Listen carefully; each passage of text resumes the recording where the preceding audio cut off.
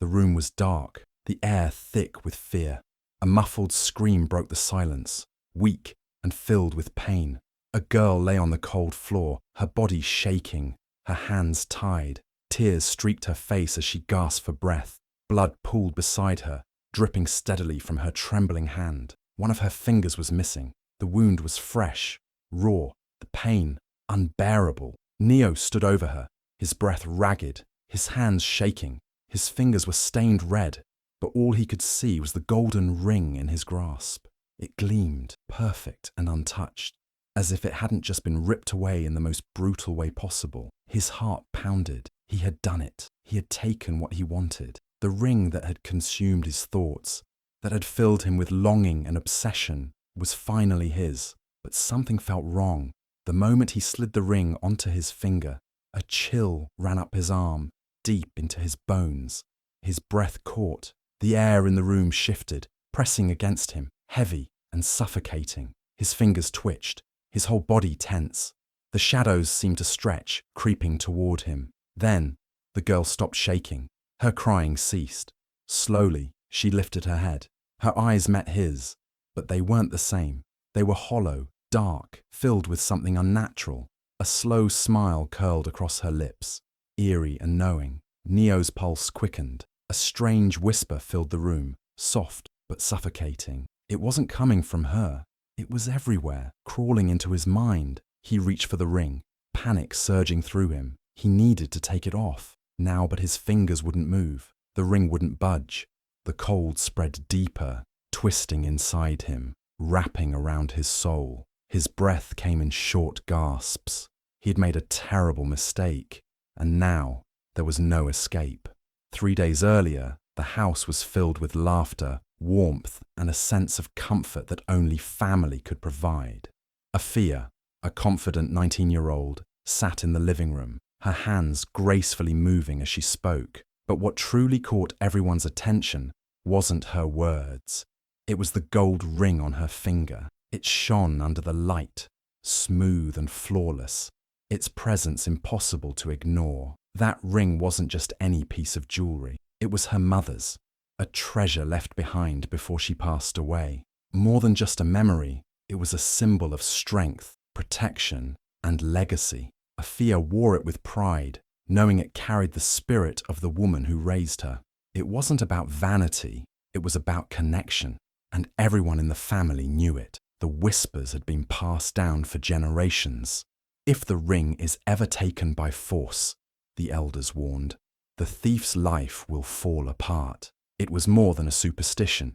It was a belief deeply rooted in their family's history. No one dared to challenge it. No one except Neo. Neo, the stepbrother, sat in the corner, his eyes never leaving the ring. His expression was unreadable, but his mind raced with thoughts he couldn't control. He had always felt like an outsider, like he didn't belong. Afiya had everything: respect, confidence, and now the one thing he wanted more than anything, that ring. It wasn't just gold, it wasn't just a keepsake, it was power, and power belonged to those who took it. Afiya noticed his gaze, her lips curling into a small smile. "You like it, don't you?" she teased, holding up her hand, letting the ring catch the light. "Mum always said it was special, said it would protect the one who truly deserves it." Her words stung more than she realized. Neo forced a chuckle, but inside something dark stirred. Deserves it. The words echoed in his head, twisting his thoughts. What made her so special? What made her the rightful owner? The days passed, but the obsession only grew stronger. He couldn't shake the thought, couldn't ignore the way the ring seemed to call to him. It was unfair. It was wrong. Why should she have it when he had nothing? The whispers of the curse meant nothing to him. He didn't believe in old stories. What he did believe in was control. And if the ring could give him even a fraction of that, then he had to have it. By the third night, his mind was made up. He would take it, no matter what. Neo had spent his whole life feeling invisible. No matter what he did, no matter how hard he tried, he was always just the stepbrother, never the favorite, never the one people looked up to. Their father adored Afiya, always praising her intelligence, her strength, her confidence. Friends gravitated toward her, drawn in by her charm. She had everything: respect, admiration, and now the one thing Neo couldn't stop thinking about: the gold ring. It wasn't just a piece of jewelry. It was more than that. It carried history, power, meaning. Their mother's last gift, the way Afiya wore it, always flaunting it with a smile, made Neo's blood boil. It felt like she was reminding him, reminding everyone, that she was special, that she was chosen, and he was nothing. At first it was just a passing thought, a fleeting irritation, but the more he watched her, the more he listened to people talk about how lucky she was, how blessed she was, the more the thought grew, twisting, crawling, taking root. Why should she have it? What made her worthy? Wasn't he just as much a part of this family? Didn't he deserve something, anything, to prove his worth? The obsession took hold slowly, creeping into his mind like a shadow. Every time she lifted her hand, the ring catching the light, he felt something sharp in his chest. Every time their father smiled at her, his hand resting on her shoulder with pride, Neo's fists clenched a little tighter. Late at night, when the house was silent, he would sit in the darkness, picturing it on his own hand, the weight of it, the feel of it. He imagined slipping it onto his finger, feeling the power that belonged to him all along. It should be his. The thought became a whisper in his head, repeating over and over, "It should be mine." And soon that whisper turned into something else, a decision, a plan. He would take it, no matter what.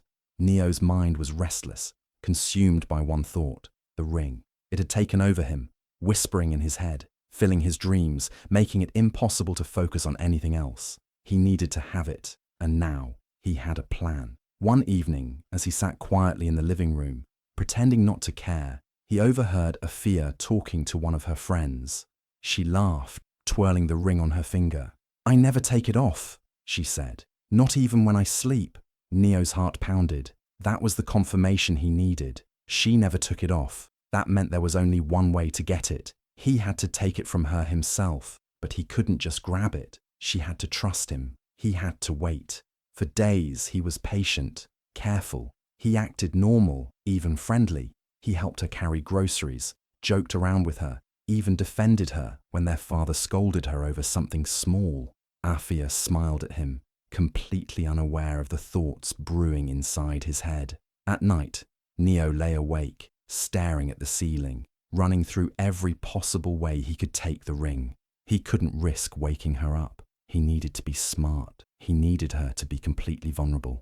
And then, the perfect moment came.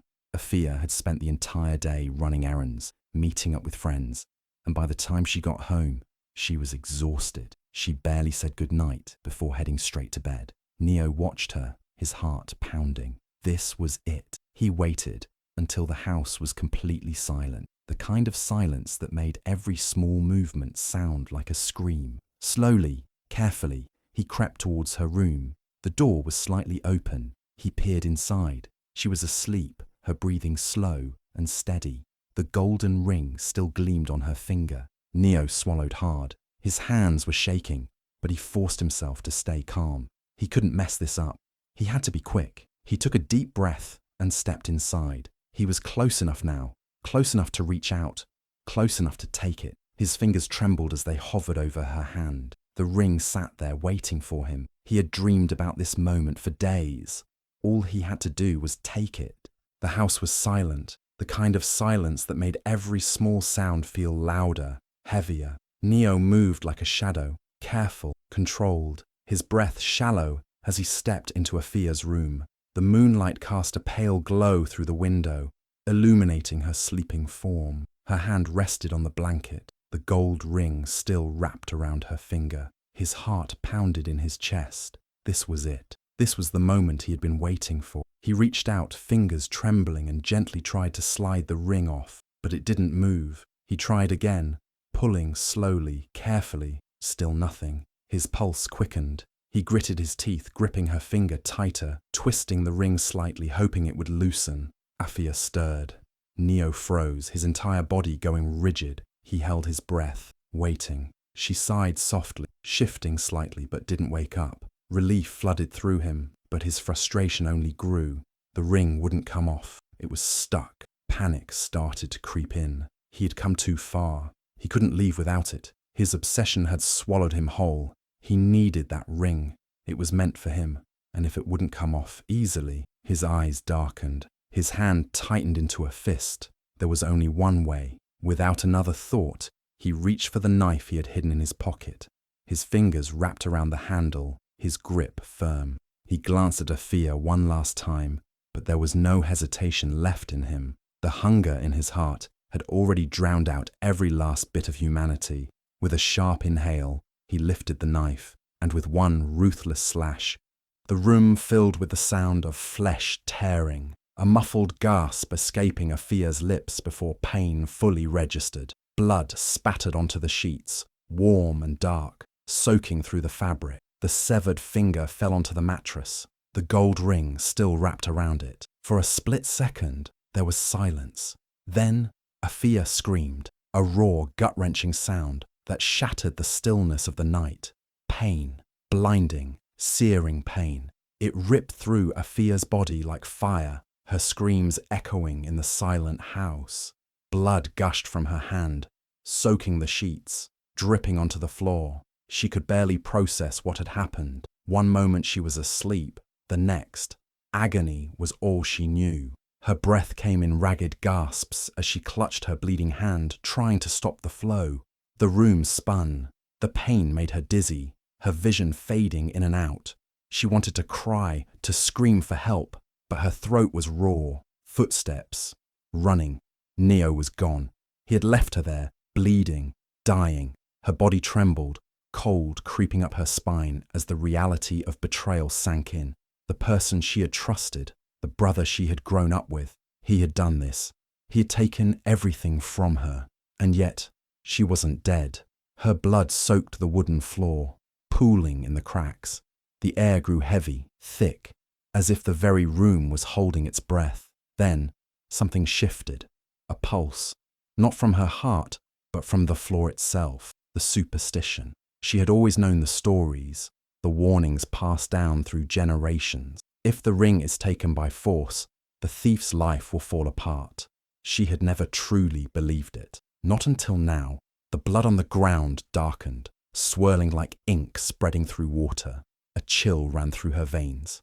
But it wasn't fear. It was something else, something deeper, something powerful. Her pain started to fade, replaced by something colder, sharper. Her body, weak just moments ago, now felt different. Her vision cleared, her breathing steadied, and deep inside her something cracked open. It wasn't just survival, it was awakening. Afiya's trembling fingers reached for the stump where her finger used to be. The pain was still there, but it was distant, like a memory. Her lips curled slightly, not in a smile, but in something else, something darker. Neo thought she would die. He thought he could steal from her and escape. He was wrong, because she wasn't just alive, she was coming for him. Neo finally had it. The gold ring gleamed on his finger, its surface smooth and perfect. He had dreamed of this moment for so long, imagined how it would feel to finally take what was rightfully his. But as he stared at it, a strange feeling settled in his chest. It was heavier than he expected, colder. At first, it was small things. A chill ran down his spine even though the air was warm. The room seemed darker, the shadows stretching longer than before. He shook it off, convincing himself it was just nerves. He had won. Nothing could ruin this moment. Then, the nightmares started. The first night, he woke up gasping for air, his body drenched in sweat. He didn't remember the dream, but the feeling lingered, pure terror. The second night, he saw something, a figure standing at the foot of his bed, watching him. He blinked, and it was gone. His heart pounded so hard it hurt. During the day, things weren't any better. His reflection, it wasn't his. He'd glance at a mirror and see his face, but something was off. His eyes were too dark, his smile too wide, like something else was inside him, wearing his skin. Once, as he washed his hands, his reflection didn't move at all. He stumbled back, blinking rapidly, but when he looked again, everything was normal. Then came the whispers, soft at first, like distant echoes, but soon they grew louder, more distinct, Afiya's voice. "Neo!" She called his name over and over. Sometimes it was a whisper right by his ear, other times a scream so sharp it made his head throb. But she wasn't there. She was gone. He had left her behind. His friends started acting strangely around him. They avoided his calls, barely looked at him when he spoke. His best friend Jaden flinched when Neo touched his shoulder. "You don't feel right," Jaden muttered, before walking away. Neo laughed it off, but deep down, fear was crawling into his bones. His girlfriend, Maya, was the last straw. She had always been his escape, the one person who made him feel in control. But now, even she was slipping away. She wouldn't hold his hand, wouldn't kiss him, wouldn't even look him in the eyes. "You've changed," she whispered one night, her voice trembling. "There's something wrong with you." She left the next morning. Neo sat alone in his dark apartment, the ring still on his finger, feeling the weight of everything crumbling around him. He had wanted power, he had wanted control, but now all he had was this suffocating emptiness. And then a hand grabbed his ankle, cold, strong, fingers digging into his skin. Neo's scream echoed through the empty room. The village was never the same after that night. Rumors spread like wildfire about the blood, the missing finger, and how Neo had vanished from sight. But nothing compared to what happened next. Days later, Afiya returned. She walked into the marketplace as if nothing had happened, her steps slow, deliberate. The crowd parted like the sea, eyes wide with disbelief. Gasps rippled through the air. Some clutched their chests in shock. Others whispered, voices trembling. "She should be dead. She's cursed." People avoided looking directly at her, but they couldn't look away either. Something was different. She wasn't the same girl who used to laugh and chat with them. Her presence felt wrong. The air around her was colder, heavier. Her once warm, expressive eyes now held something unreadable, something unnatural. Afiya said nothing. She simply moved through the village, her gaze locked forward, her face expressionless. It was as if she wasn't walking. She was floating, gliding over the ground without effort. Some swore they never even saw her blink. Children hid behind their mothers, peeking at her from the safety of their skirts. The elders muttered prayers under their breath, clutching their charms and talismans. Even the bravest men felt uneasy, their instincts screaming at them to stay away. The baker's wife was the first to speak. "Afiya?" she called hesitantly, her voice shaking. Afiya stopped. Slowly, she turned her head, locking eyes with the woman. A shiver ran down the woman's spine. I thought," she swallowed hard. "We thought you—" Afiya tilted her head, just slightly, just enough to make the woman step back. The crowd held its breath. Then she spoke. "Where is Neo?" Her voice was quiet, too quiet, yet it cut through the silence like a blade. No one answered. No one dared, because deep down, they all knew. Neo had taken something from her, and now she had come to take something back. Neo was no longer himself. His once confident, smug expression had been replaced by hollow eyes and trembling hands. He had stopped sleeping, stopped eating. Every time he closed his eyes, he saw her, Afiya, standing in the shadows, watching. He would wake up, gasping for air, drenched in sweat, clawing at his own skin as if something was crawling beneath it. The ring, the cursed ring. He had tried everything to remove it, soap, oil, even cutting into his own flesh, but it refused to budge. His fingers were swollen, turning a sickly shade of grey. The skin around the ring cracked and bled, oozing something dark and foul. His hands weren't just in pain, they were rotting. The decay was spreading, crawling up his arms, making his veins turn black. He couldn't go outside anymore. People whispered when they saw him, their eyes filled with fear and disgust. The villagers who once envied him now avoided him like a plague. Even his own father refused to open the door when he came knocking, his voice trembling as he told him to leave. Neo had lost everything, his friends, his family, his sanity. And then she came. Afiya stood in front of him, just as he had seen in his nightmares. But this time, she wasn't a ghost. She was real. She looked untouched by death, yet not quite alive. Her skin was pale, almost glowing in the dim light, and her eyes, they weren't human anymore. They held something dark, something ancient, something that made the air thick with dread. Neo fell to his knees, his body weak, his breath ragged. He had nothing left. His voice was hoarse, barely a whisper. "Help me." Afiya crouched in front of him, her expression unreadable. She reached out, her fingers tracing the edge of the cursed ring, her touch cold as ice. Neo shuddered. "You took the ring by force," she whispered, her voice like the wind through dead trees. "Now it's taking everything from you." Tears spilled down Neo's face. His body was shutting down. His hands, his arms were wasting away, the decay creeping towards his heart. He tried to speak, to beg, but no words came. Afiya leaned in closer, her lips brushing against his ear. "This is your punishment." Neo's scream echoed through the night. Neo was never seen again. Some said he fled, unable to bear the weight of his own sins, that he ran into the dense, endless forest beyond the village, his mind shattered, his body wasting away. Others whispered that he never left at all, that his screams still echoed through the night, carried by the wind, coming from nowhere and everywhere at once.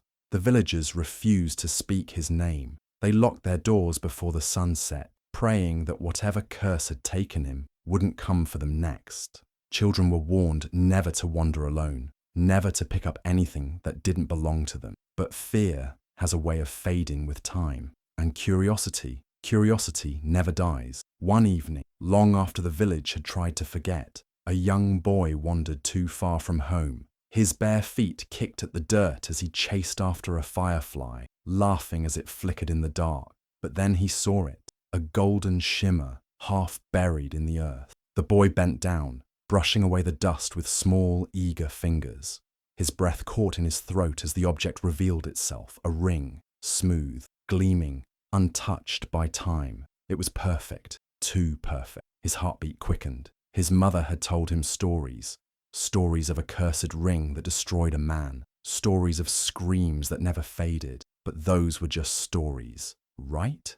He hesitated. His fingers trembled, and then, unable to resist, he slipped the ring onto his finger. The night fell silent, the wind stopped, and somewhere, in the shadows, something awakened. Thanks for watching. If you enjoyed this story, don't forget to like, share, and subscribe. Who knows?